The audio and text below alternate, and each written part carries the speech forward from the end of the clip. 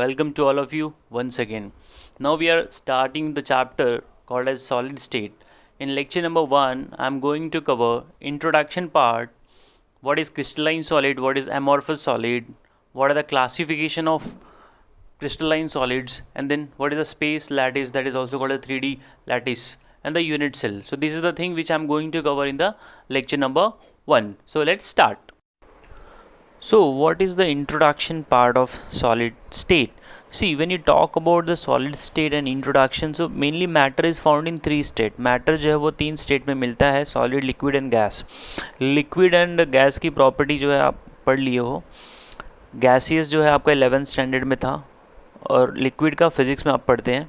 Solid state के बारे में थोड़ा सा पढ़ लेते हैं. So mainly जो solids होता है, they are characterized by, they are having incompressibility. They are like having rigidity. They are having very strong mechanical strength. ठीक है. और जो सॉलिड्स होते हैं उनके एटम्स जो होते हैं they are very closely packed. Are you reading? उनका जो पैकिंग होता है वो बहुत ही करीब होता है. So they are closed packed structure and they cannot move from one. The randomly solid वाले जो matter होते हैं they cannot move. The atoms or molecules cannot move randomly, जैसा कि आपका लिक्विड और गैस में होता है. और जो सॉलिड्स होते हैं, solid have a definite, solids have definite volume and shape. इनका जो डिफ्यूजन होता है वो बहुत ही स्लो होता है and they have a very low vapour pressure. इनका वेपर प्रेशर भी क्या होता है? कम होता है. ठीक है. अच्छा, कुछ एग्जाम्पल्स देख लेते हैं. और सॉलिड जो होता है ये मेनली 2 प्रकार का होता है, that is true solid and pseudo solid and pseudo solids. So what is true solid and what is pseudo solid? अब उसको ज़रा समझने की कोशिश करेंगे. जैसे आपके पास कोई दे दे एग्जाम्पल के तौर पे NaCl एंड शुगर. ठीक है. एंड प्लास्टिक, रबर, जो आप डेली लाइफ में देखते हैं. तो NaCl और शुगर के जो क्रिस्टल्स होते हैं वो ट्रू सॉलिड की कैटेगरी में आते हैं. प्लास्टिक और रबर जो होगा वो सूडो सॉलिड की कैटेगरी में आएगा. तो कौन सा चीज़ है जो डिसाइड करता है कि सर ये ट्रू सॉलिड होगा और ये सूडो सॉलिड होगा? तो उसके पीछे जो क्राइटेरिया है वो ज़रा देख लेते हैं. When you apply the force or mechanical strength, are you getting? So when the molecules are intact, ठीक है, वो मूव नहीं कर रहा है. बात समझ में आ रही है कि नहीं? जब मॉलिक्यूल्स मूव नहीं कर रहे हैं अपनी जगह से, आपने उसके ऊपर मैकेनिकल फोर्स लगाया, ठीक है, तो उस प्रकार को हम लोग बोलते हैं ट्रू सॉलिड्स. अब जो होता है जब आपने मैकेनिकल स्ट्रेस अप्लाई किया वहाँ पे डिफॉर्मेशन हो रहा है. डिफॉर्मेशन का मतलब होगा कि उसका जो शेप है वो थोड़ा सा चेंज होगा. जैसे कि आप रबर के ऊपर फोर्स लगाते हो तो रबर का जो शेप है वो थोड़ा चेंज हो जाता है. और even your plastic, even your glass, they are in the category of pseudo solids. So when you apply the force they gets distorted. Distortion का मतलब थोड़ा सा उनका जो shape है वो change होता है. So this is the something about the introduction part of solid, and solids are mainly crystalline solids and the amorphous solid. वो ज़्यादा correct है, true solid and pseudo solid जो हम बोलते हैं. तो हम बात करेंगे अब crystalline solids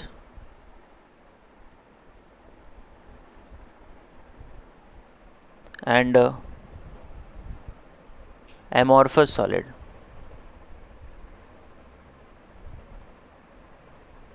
So what is a crystalline solid? Crystalline solid क्या होता है भाई, वो ज़रा समझ लेते हैं. पहली बात तो जो क्रिस्टलाइन सॉलिड्स होगा उसका मेल्टिंग पॉइंट जो होता है, मेल्टिंग पॉइंट इज शार्प, मतलब 110 है तो 110 ही होगा। Are you getting? वो एक रेंज में नहीं होता है, ठीक है। जबकि इसका कैसा होता है, अमॉर्फस जो सॉलिड्स होते हैं उनका मेल्टिंग पॉइंट एक रेंज के अंदर आता है, 110 से 115 के बीच में आएगा। Are you getting? Melting point is having range. ये तो पहला पॉइंट हो गया। अच्छा, इनका जो क्रिस्टलाइन जो होते हैं इनका एक पर्टिकुलर ज्योमेट्रिकल शेप होता है। इनका कैसा इरेगुलर शेप होता है, they are having a perfect geometrical shape. इसमें क्या होता है भाई, ये इरेगुलर होता है। क्या होता है? इरेगुलर। अच्छा, apart from that we can say when you cut it, जब क्रिस्टलाइन को आप कट करोगे तो आपका बहुत ही इसका जो सरफेस होगा वो एकदम स्मूथ होगा। इसमें कैसा है, इरेगुलर होगा सरफेस। जब आपने कट किया किसी भी, जैसे रबर को कट किया तो दोनों साइड का जो सरफेस आएगा वो इरेगुलर होगा, जबकि क्रिस्टलाइन का स्मूथ होता है, ठीक है। They have a definite amount of heat of fusion, they don't have a, इसके पास जो होता है डेफिनाइट अमाउंट ऑफ, ये आप थर्मोडायनेमिक्स में पढ़ेंगे, definite amount of heat of fusion. इसमें ऐसा कुछ नहीं होता, इसमें आपका it do not have, I can say that it do not have definite amount of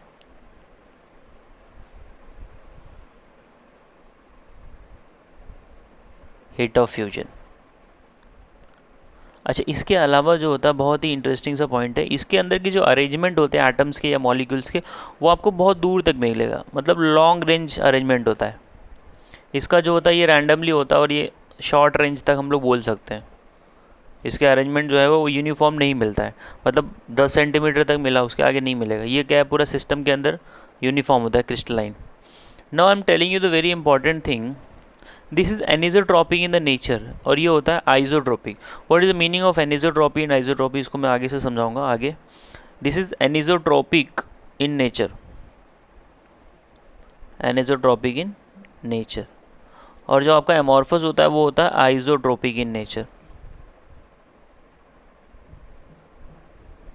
और एग्जाम्पल के तौर पे आप यहाँ पे NaCl लिख सकते हैं, मेटल लिख सकते हैं, डायमंड लिख सकते हैं, यहाँ पे रबर लिखिए, प्लास्टिक लिखिए, ग्लास लिखिए। So I hope you got the difference between the crystalline solid and amorphous solid, and this is important, ये बोर्ड के एग्ज़ाम में आने का इसका चांसेस होता है। तो एटलीस्ट 4 पॉइंट तो आपको दोनों याद होने चाहिए। सो इसका एग्जाम्पल मैंने बोला NaCl, diamond, metal, here you can write on the glass, rubber and then plastic. अच्छा, अब हमको ये सीखना है कि सर ये एनिसोट्रॉपी और आइसोट्रॉपी नाम की चीज़ क्या होती है, ज़रा वो फटाक से देख लेते हैं, ठीक है। एनिसोट्रॉपी, अगर आपको कोई सिस्टम दिया गया है, सिस्टम का मतलब कि आपको, just a minute, suppose you got a matter, ये आपका यहाँ पे अरेंजमेंट जो है यहाँ पे यूनिफॉर्म नहीं रहेगा। This is your completely blue blue, ठीक है। अच्छा, अब आप यहाँ पे ब्लैक ब्लैक ले लीजिए, दिस इज इन बिटवीन, ये एटम्स समझ लीजिए आप।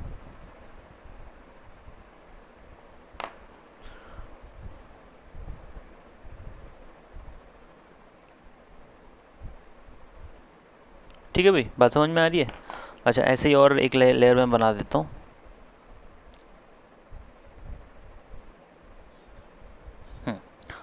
तीन तीन लेयर हो जाएगी। So what we are able to see, अगर आप क्या कर रहे हैं, आप मूव कर रहे हैं left to right and top to bottom. अब जो है नीचे से आप ऊपर की तरफ जा रहे हैं, मान लीजिए आप ऐसे जा रहे हो, तो अरेंजमेंट दिख रहा है आपको, ब्लू वाले डॉट्स आ रहे हैं। आप अगर ऐसे जा रहे हो तो आपको ब्लैक वाले आ रहे हैं।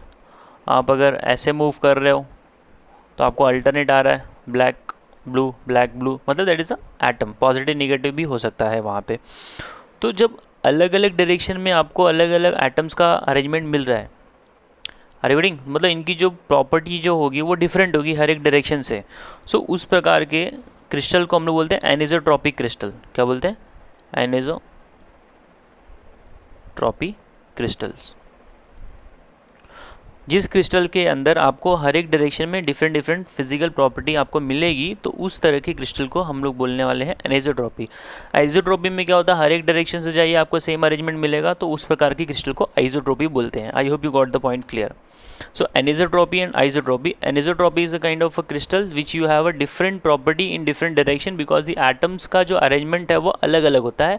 Isotropy में क्या होता है कि आप किसी भी डायरेक्शन में जाइए, टॉप टू बॉटम या left to right, you will find the same kind of an arrangement, hence that is called as a isotropic.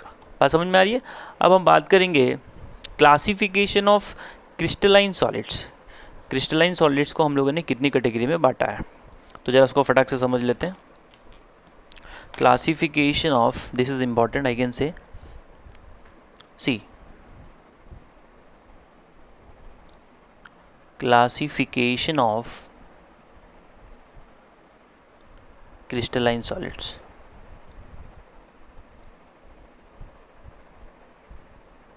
ठीक है, अच्छा अब इसको जो है हम लोग 4 कैटेगरी में डिवाइड करेंगे। जस्ट पहली कैटेगरी जो हम लोग लिखने वाले हैं यहाँ पे, that is going to be your the first category which we are able to write it here, molecular solids।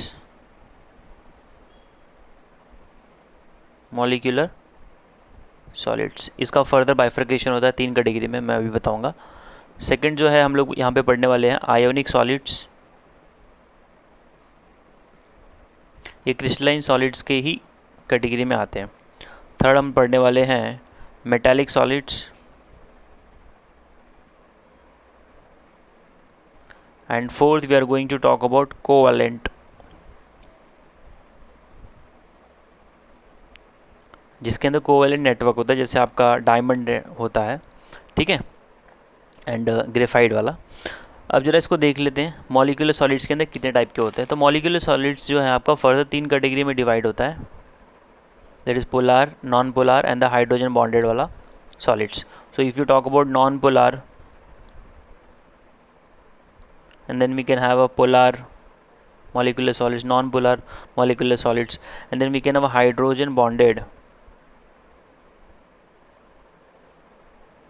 we can have a hydrogen bonded। ठीक है, अच्छा आयोनिक सॉलिड्स में जो कॉन्स्टिट्यूएंट चीज़ें होती है, जो जिस चीज़ का वो बना है, ये सब के अंदर जो कॉन्स्टिट्यूएंट मैटर है या जो भी जिस चीज़ का ये बना है, सो दैट इज़ मॉलिक्यूल। क्योंकि वो मॉलिक्यूलर सॉलिड है, तो ये मॉलिक्यूल्स के ऐड होने से बना है। आयोनिक सॉलिड किससे ऐड होकर बना होगा? सही बात है, आयन से ही होगा।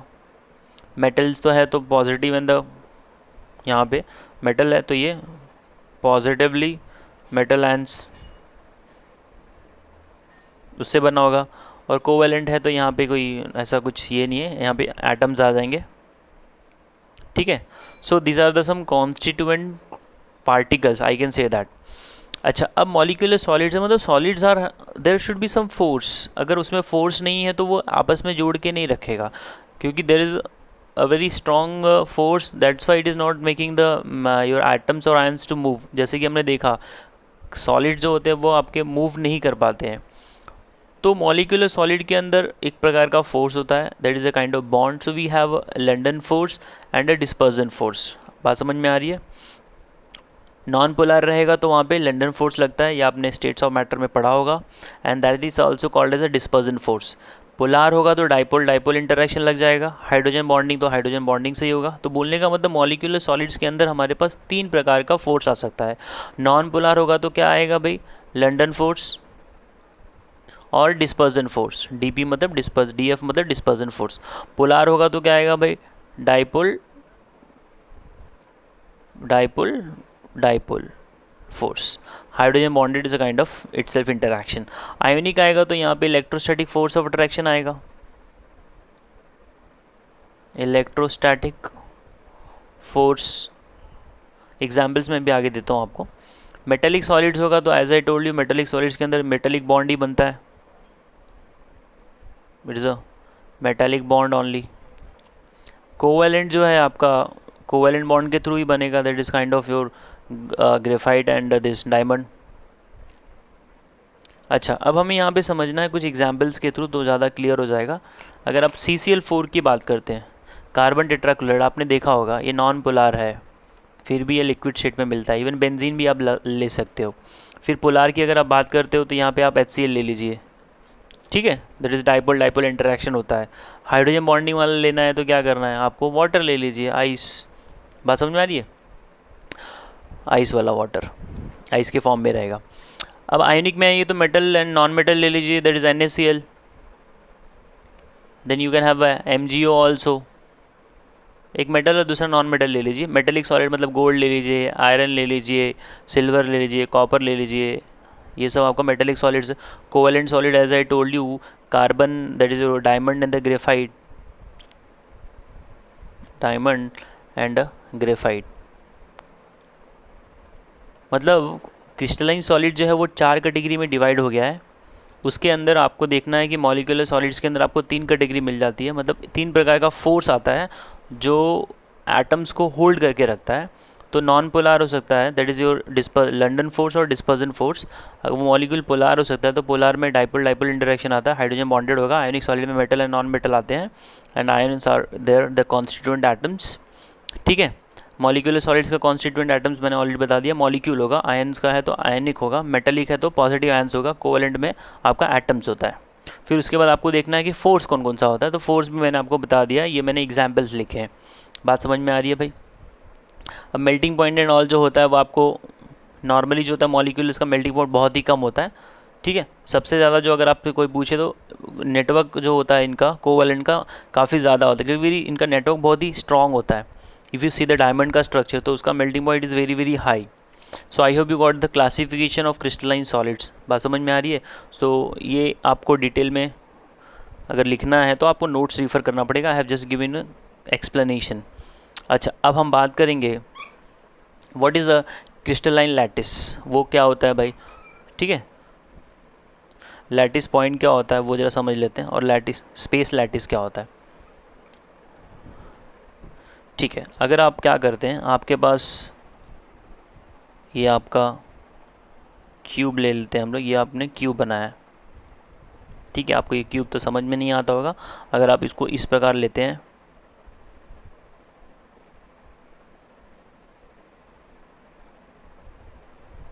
So now you can say it is a cube. तो आप इमेजिन करिए ये जो डॉट है, ये जो डॉट है, ये पॉइंट है ना, इसको मैंने 4 सर्कल मार दिया, ये तो ये एक दूसरे को टच कर रहा है। ये जो आपको विंडो दिख रही है फ्रंट में, वो ये वाली विंडो है, ठीक है। हाँ, अब हमें देखना क्या है यहाँ पे, we have to just understand कि space lattice it is also called as a 3D lattice, और इसको आप क्रिस्टलाइन लैटिस भी बोल सकते हैं।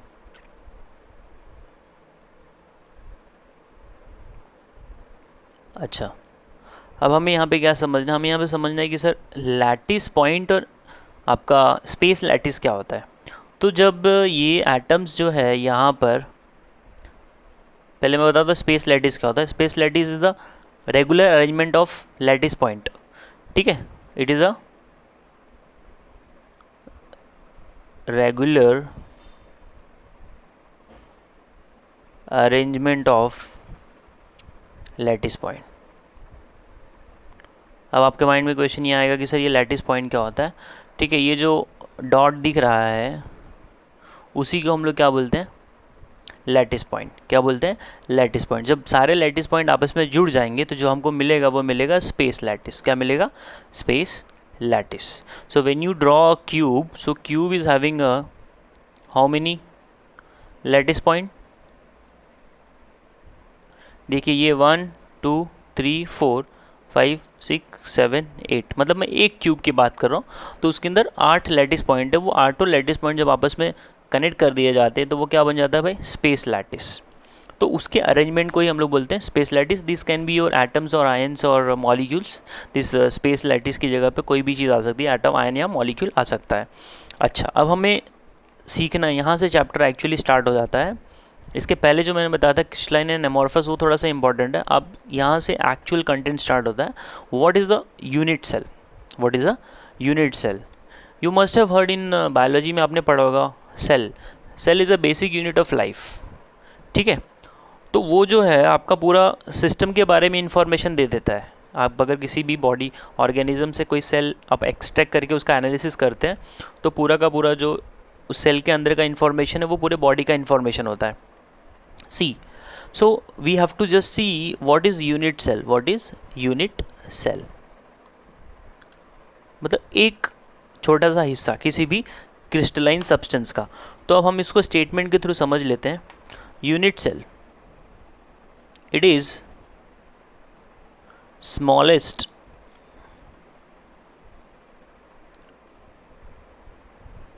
repeating portion of crystalline substance।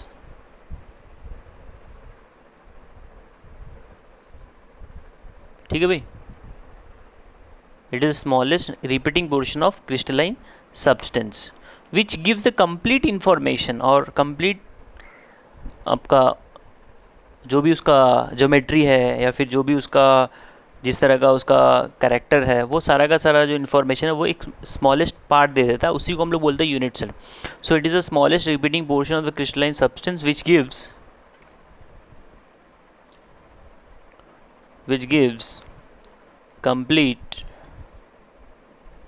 information like geometry of the crystalline substance। ठीक है, it is like your brick in a wall. आप एक छोटा सा ब्रिक को इमेजिन करिए तो आप ब्रिक का ही पैटर्न जो पूरा दीवार के अंदर यूनिफॉर्म होता है, ठीक है। तो अगर आप इसको समझने की कोशिश करते हैं तो यूनिट सेल जो होता है ये आपका यूनिट सेल है। So there is a just you imagine 3 axis, ये 3 एक्सिस है। मान लीजिए अगर ये मैं इसको x बोलता हूँ, this is x axis and this is y axis and this is z axis, ठीक है। अब मिलर इंडाइसिस होता है एक, विस इंडाइसिस, वो सब तो नहीं है। हाँ, तो यहाँ देखिए ये जो है 3 एक्सिस का एक दूसरे से परपेंडिकुलर होना, तो 90 डिग्री है सब में एंगल क्या यहाँ पे 90 डिग्री। अगर मैं बोल दूँ ये A है तो सारा का सारा एज लेंथ यहाँ पे A ही है। बात समझ में आ रही है कि नहीं? तो अगर A, इसको मैं A बोलता हूँ यहाँ तक, तो ये भी A ही है and this is also A, ठीक है। And angle is also alpha. अगर मैंने एक एंगल लिया तो दूसरा बीटा लिया, तीसरा गामा लिया, तो तीनों का एंगल क्या होगा भाई 90 डिग्री होगा। And A is equals to B is equals to C because they are the cube. तो क्यूब में क्या होता है भाई, तीनों साइड्स सेम होते हैं। सो ये इन्फॉर्मेशन जो है ये आपका यूनिट सेल के बारे में है। अब हम अगले लेक्चर में सीखने वाले हैं what are the 7 crystal system, ठीक है। सो जस्ट जहाँ तक अभी तक जो पढ़ा है उसको जस्ट रिवाइज करिए। Okay, thank you.